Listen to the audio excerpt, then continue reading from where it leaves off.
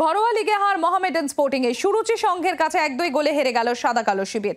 এগিয়ে থেকেও খালি হাতেই মাঠ ছাড়তে হলো মোহামেডানকে। ঘরোয়া লিগে গত ম্যাচে ইস্ট বেঙ্গলকে আটকে দিয়েছিল তারা। মনে করা হচ্ছিল মঙ্গলবার সুরুচির বিরুদ্ধে জ্বলে উঠবে মোহামেডান স্পোর্টিং, কিন্তু হলো একেবারেই উল্টো। এগিয়ে থেকেও সুরুচির কাছে 2-1 গোলে হারতে হলো মোহামেডানকে। ম্যাচের 39 মিনিটে গোল করে মোহামেডানকে এগিয়ে দেয় সাকা। কিমার সাজানো পাস থেকে গোল করে যান তিনি।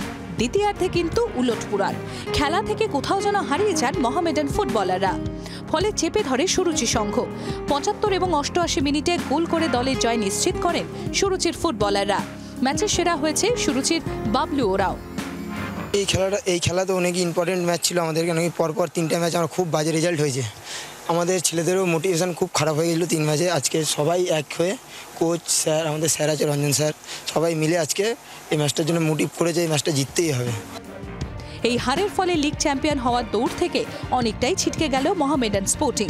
ব্যারাকপুর থেকে বরুণ সেনগুপ্তর রিপোর্ট, জি 24 ঘন্টা।